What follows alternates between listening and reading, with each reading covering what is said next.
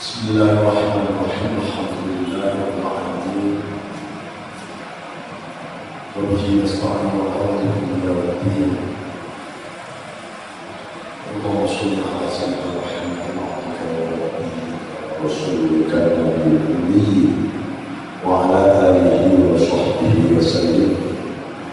Tasliman qadra 'azimati dzalika fi'li wa rahim wa al-alif rahimahullah ta'ala nafa'ana fi ulumi wa mata'an barakati fi ma'al amal barasamin qalbin sa'id wala kathura amalun barasamin qalbin raghib ma'kulla amalun baraza fi qalbin min qalbin zahid.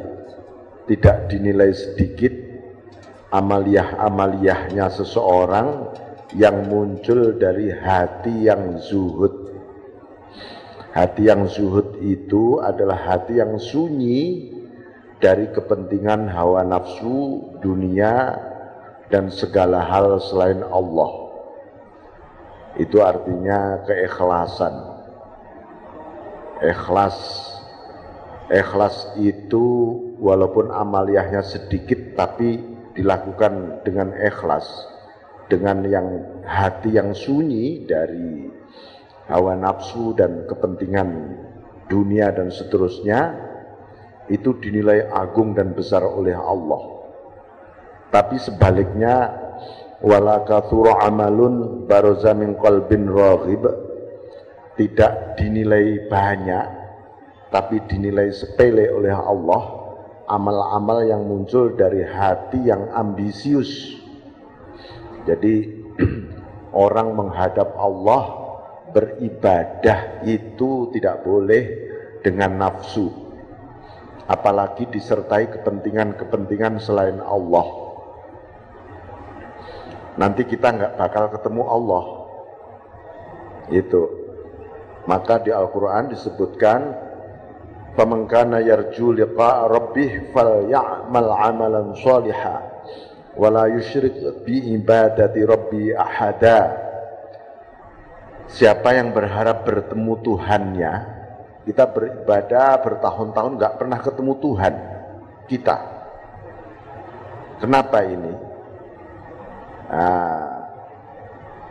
Ya diteruskan ayat itu, fal ya'mal amalan sholihah, hendaknya orang melakukan amaliyah yang bagus dan wala yusyrik bi ibadati rabbi ahada, ketika beribadah tidak ada musyrik. Maksudnya apa? Di hatinya tetap yang ada hanya Allah, bukan dunia, bukan hawa nafsu, bukan segala hal selain Allah. Itu bikin bisa jadi berhala dalam diri kita. Maka sebanyak apapun ibadah kita, ya, mulai kecil sampai tua kita ahli ibadah, tapi kalau hatinya tidak sunyi, tidak kosong dari hawa nafsu dan segala hal selain Allah, oleh Allah amalnya dinilai sepele. Nah, ini ada satu hadis yang sangat populer. Di hadis Rasulullah SAW ini kemudian dimaknai secara sofistik oleh Syekh Abdul Abbas Al-Mursi, gurunya Ibnu Athaillah As-Sakandari. Qala Rasulullah SAW, sab'atun yudhilluhumullahu fi dhillihi yauma la dhilla illa dhilluh. Ada 7 orang golongan yang akan terus dilindungi oleh Allah kelak di hari akhirat. Pada saat itu tak ada satupun perlindungan kecuali perlindungan Allah. Satu, siapa? Imamun adil, seorang pemimpin yang adil. Wasyabun nasya'a fi ibadatillah, pemuda yang sangat bergairah, bersemangat beribadah. Karena umumnya pemuda itu malas beribadah. Wa rajulun qalbuhu mu'allaqun bil masjid hatta ya'uda ilaih, seseorang yang hatinya bergantung pada masjid, maksudnya hatta ya'uda ilaih, ketika keluar dari masjid rasanya hatinya masih di masjid. Wa rajulani tahaba fillah istama'a ala dzalik wa tafarraqa alaih, 2 orang yang saling mencintai karena cintanya kepada Allah, dan dia bertemu juga karena Allah, berpisah karena Allah. Wa rajulun ta'adhu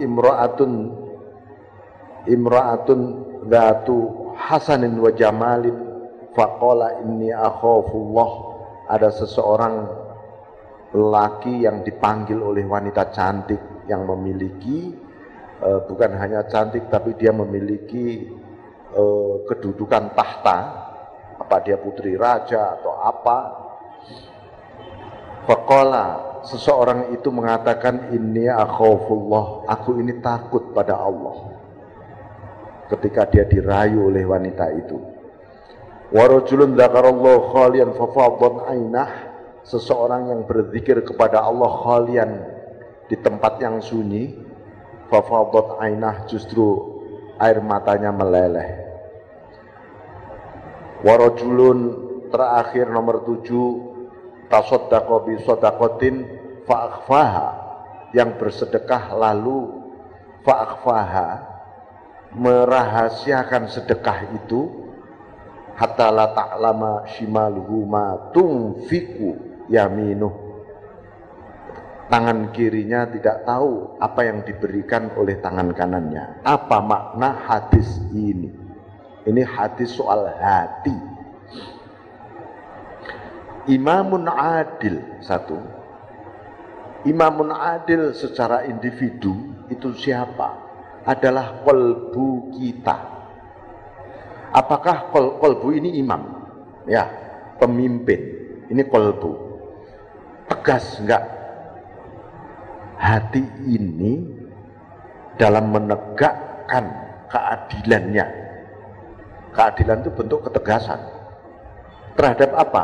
Terhadap nafsu, terhadap setan, terhadap dunia seisinya. Tegas enggak? Kalau enggak tegas itu berarti hati kita tidak bisa tegak, enggak bisa teguh. Maka orang yang hatinya teguh, tegas pada hawa nafsu dan segala hal selain Allah agar tak masuk di hatinya, itu kelak senantiasa, bahkan hari ini pun dapat perlindungan Allah, ya,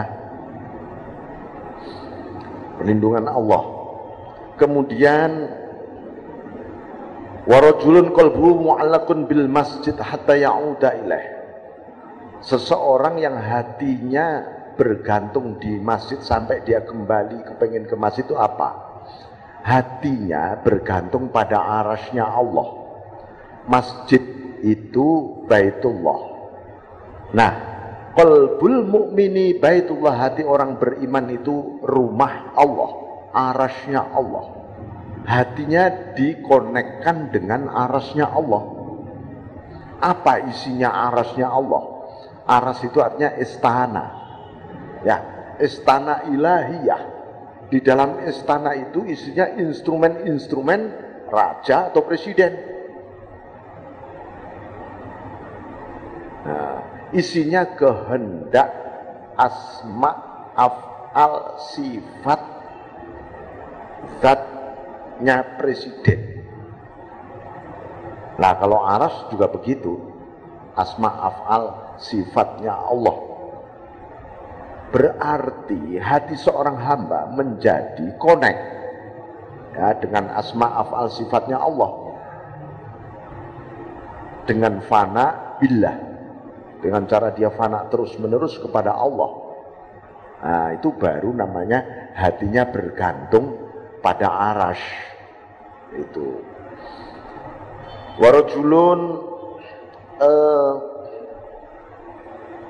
jadi aras itu masjidul qulubil mu'minin, masjidnya hati orang yang beriman. Aras Allah di sini. Aras itu meliputi segalanya. Ya, sebelum segala sesuatu diciptakan, pertama kali yang diciptakan oleh Allah itu nur. Nur Muhammad, cahaya Muhammad SAW.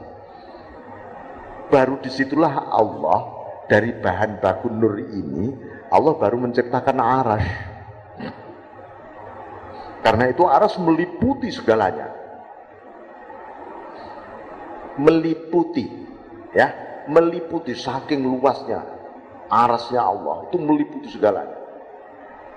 Jadi jangan sampai, oh aras itu di ujung sana, itu kecil banget. Tidak. Diliputi oleh arsyullah, sebagaimana hati kita ini meliputi seluruh diri kita. Ya, hati kita meliputi seluruh diri kita. Arasy Allah meliputi seluruh ciptaan Allah. Dekat sekali arasy itu. Kemudian begitu. Bismillahirrahmanirrahim. Warajulun dzakarallah khalian fafadat ainah. Seseorang yang berzikir kepada Allah khalian, sunyi. Maksudnya apa? Pak, saya sudah bersunyi-sunyi dalam kamar,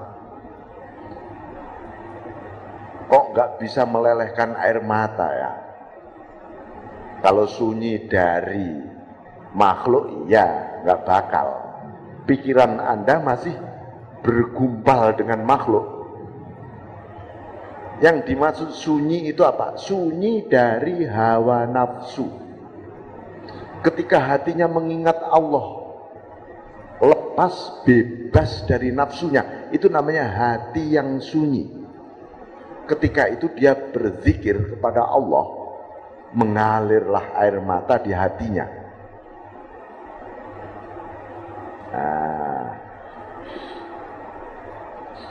Warajulun tasaddaqa bi shadaqatin fa akhfaha.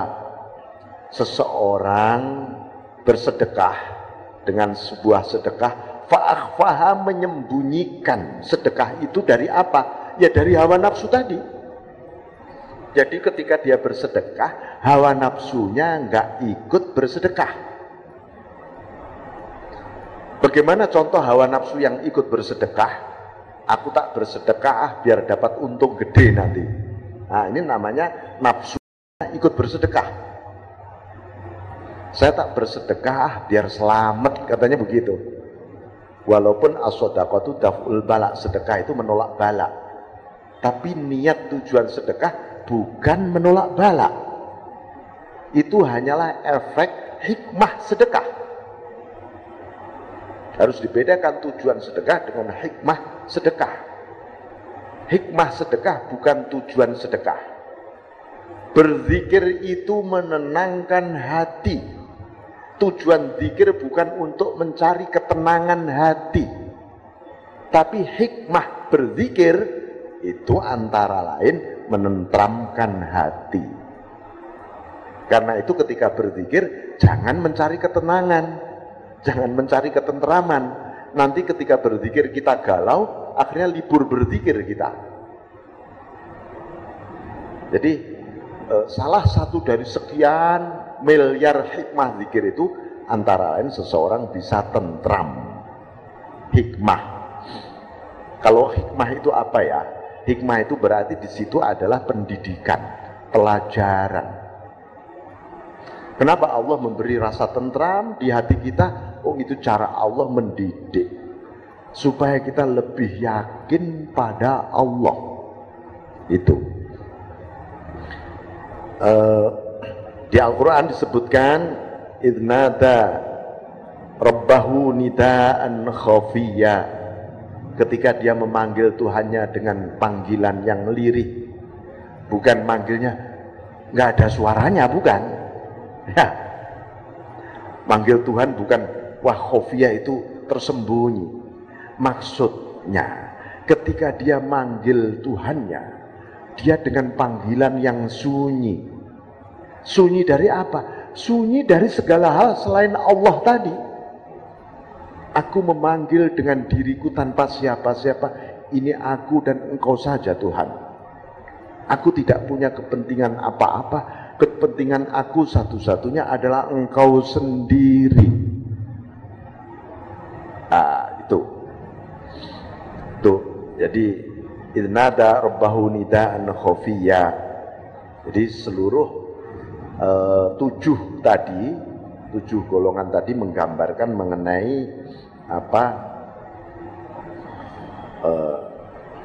hati yang zahid, hati yang zuhud ya. Hati yang zuhud itu hakikat zuhud itu ya hatinya yang zuhud, bukan fisiknya.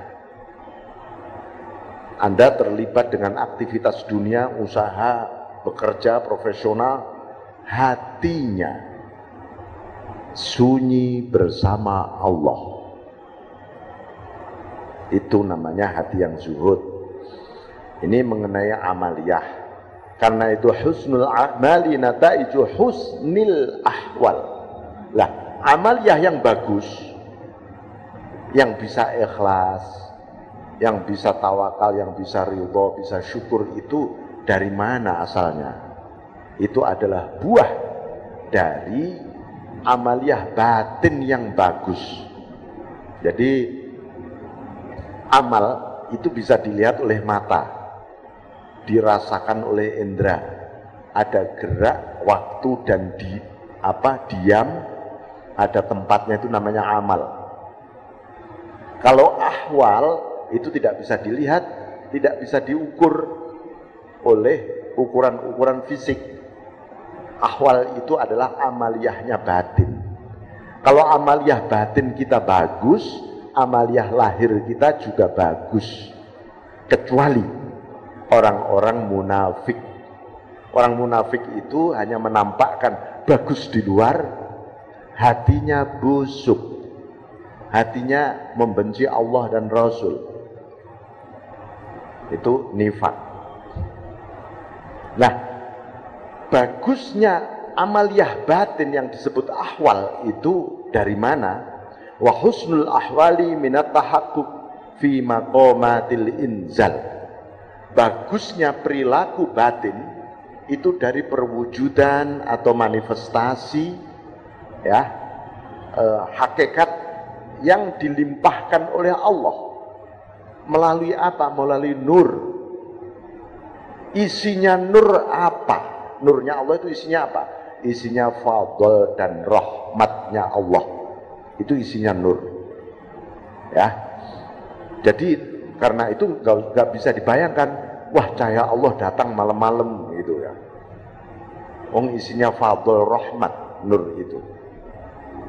Nur itu lahul kashfu, memiliki fungsi faktor pembuka dari yang tidak tampak menjadi tampak. Itu membuka namanya.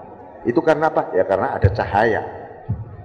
Cahaya Allah dari yang asalnya kita itu gelap hati kita menjadi terang, lalu tampak. Oh, ini asma'mu, sifatmu, af'almu, ini hak, ini batil, ya, ini utama, ini tidak utama, ini hina. Itu karena sesuatu yang tampak. Itu efek dari nur.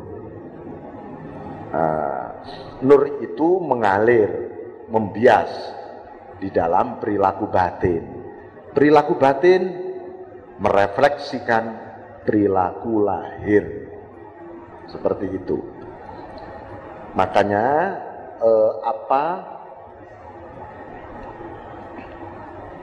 disebutkan kelanjutannya la tatruki dzikra. Janganlah Anda meninggalkan zikir. Ya. Jangan sampai kita itu tidak berzikir sepanjang hidup ini. Kenapa? Li'adami hudurika ma'allah fihi. Hanya gara-gara hatimu tidak bisa hadir ketika berzikir. Aku berzikir nggak bisa hudur, nggak bisa khusyuk. Mending nggak usah berzikir. Jangan. Kenapa? Li'anna ghaflataka an wujudi dzikrihi asyaddu min ghaflatika fi wujudi dzikri. Kelalaianmu, kealpaanmu, sembronomu, nah ini terhadap adanya zikir, lalu kita itu lebih berbahaya ya dibanding Anda lalai ketika sedang berzikir. Sudah maghrib belum? Ketika sedang berzikir. Jadi tidak berzikir sama sekali itu bahaya. Atau beginilah, seharian, tadi jam 9 kira-kira sampai jam 12 saya blank dari Allah. Itu hati kita ada di dalam situasi berbahaya. Itu warning luar biasa. Nah, jadi kita berzikir saja walaupun hati kita tidak bisa berzikir. Lesan berzikir terus, nah itu lebih bagus. Karena apa? Lesan yang sedang berzikir ini ibarat kita kulonun, ketuk pintu. Ya, ketuk pintu terus lama-lama ya dibuka oleh tuan rumah. Nah, begitu juga kita bunyi saja lama-lama hati kita terketuk, terbuka, hadir kita. Sadar. Nah.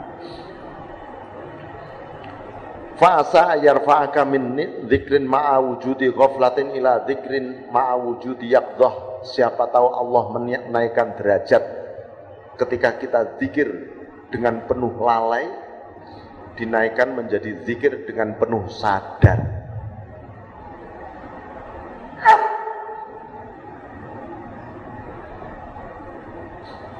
Zikir dengan penuh sadar itu apa? Maksudnya yaqdhah itu jadi zikir